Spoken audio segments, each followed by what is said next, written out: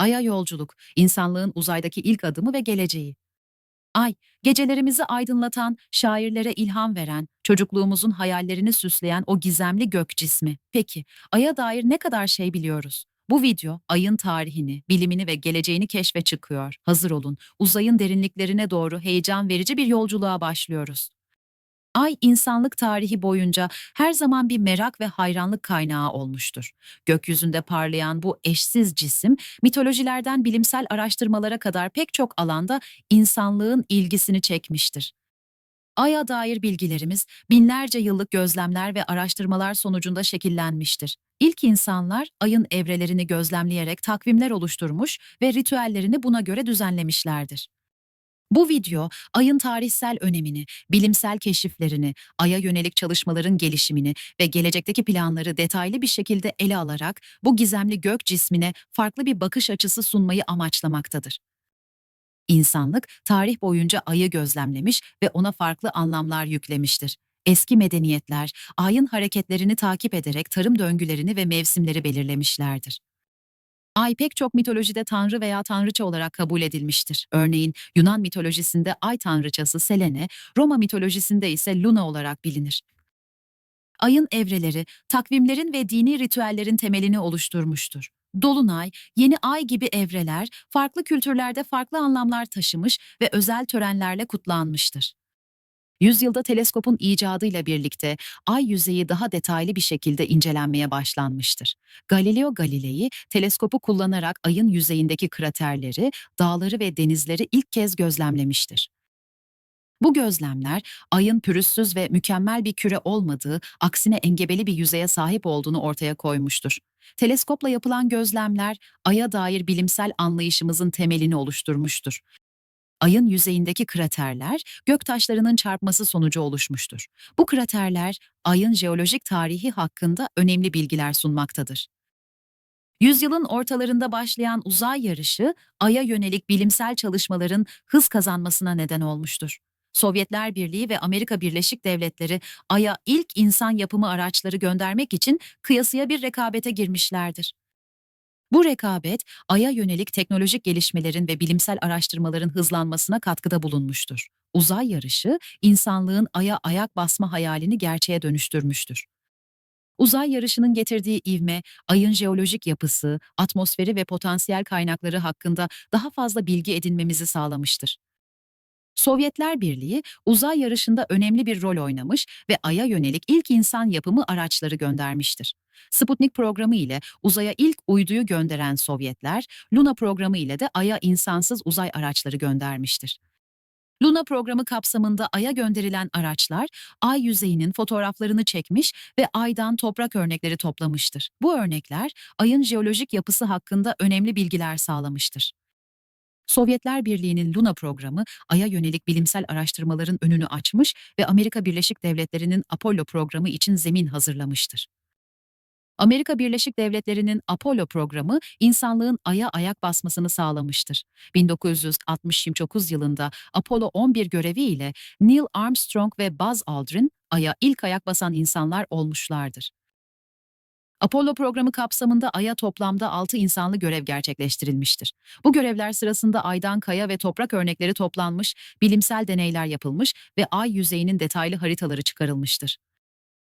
Apollo görevleri, Ay'ın jeolojik yapısı, oluşumu ve evrimi hakkında önemli bilgiler sağlamıştır. Ayrıca Ay'ın yüzeyinde suyun varlığına dair ilk kanıtlar da bu görevler sırasında bulunmuştur. Apollo görevleri sırasında elde edilen bulgular, Ay'ın yüzeyinin tozlu ve radyasyonlu olduğunu göstermiştir.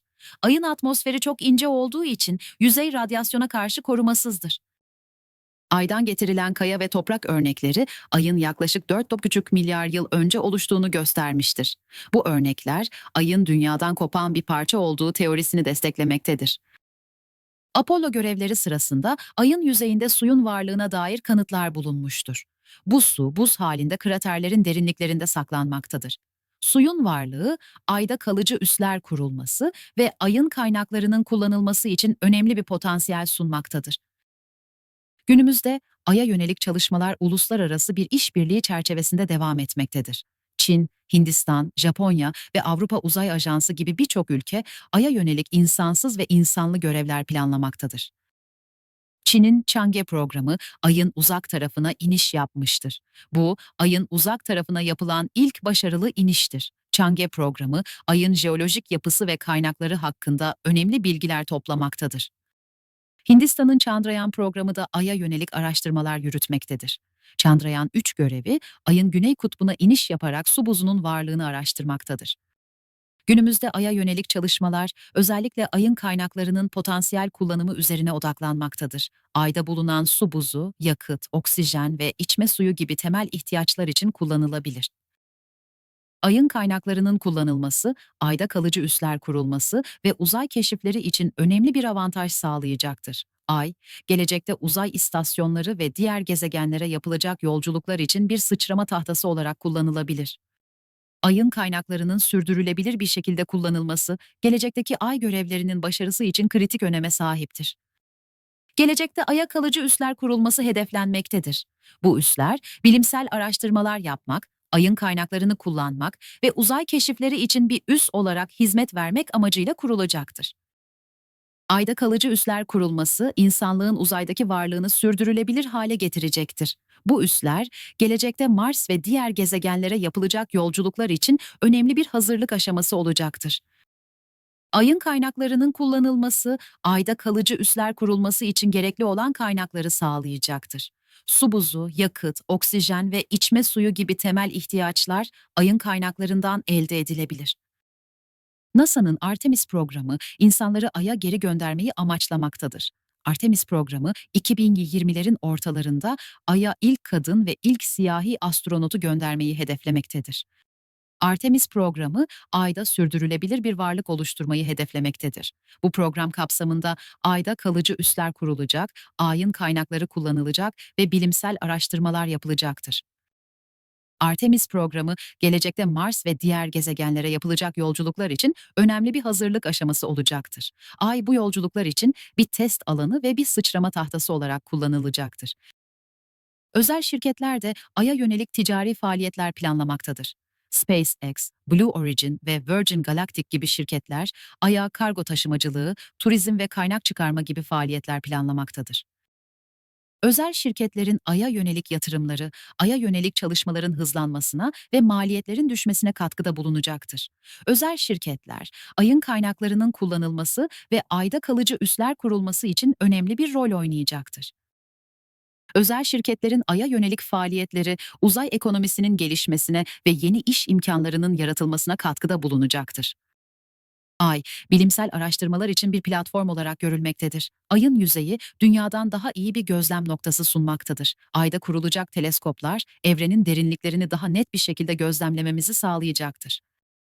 Ay, uzay keşifleri için bir sıçrama tahtası olarak değerlendirilmektedir. Ay'da kurulacak üsler, Mars ve diğer gezegenlere yapılacak yolculuklar için bir hazırlık aşaması olacaktır. Ay, bu yolculuklar için yakıt ikmali, malzeme depolama ve astronot eğitimi gibi hizmetler sunabilir.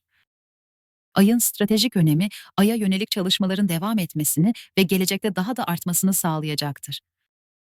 Ay'a yönelik çalışmalar, insanlığın uzayı anlama ve keşfetme çabalarının önemli bir parçasıdır. Geçmişteki başarılar, günümüzdeki araştırmalar ve gelecekteki planlar umut vaat etmektedir. Ay, insanlık için yeni bir başlangıç noktası olabilir. Ay'da kalıcı üsler kurulması, Ay'ın kaynaklarının kullanılması ve uzay keşiflerinin hızlanması, insanlığın geleceği için önemli bir adım olacaktır. Şimdi sıra sizde. Bu videoyu beğendiyseniz lütfen beğen butonuna tıklayın ve kanalımıza abone olun. Ayrıca Ay'a dair düşüncelerinizi ve gelecekteki Ay görevleri hakkındaki beklentilerinizi yorumlar bölümünde bizimle paylaşın. Uzayı keşfetmeye ve öğrenmeye devam edelim. Bir sonraki videoda görüşmek üzere.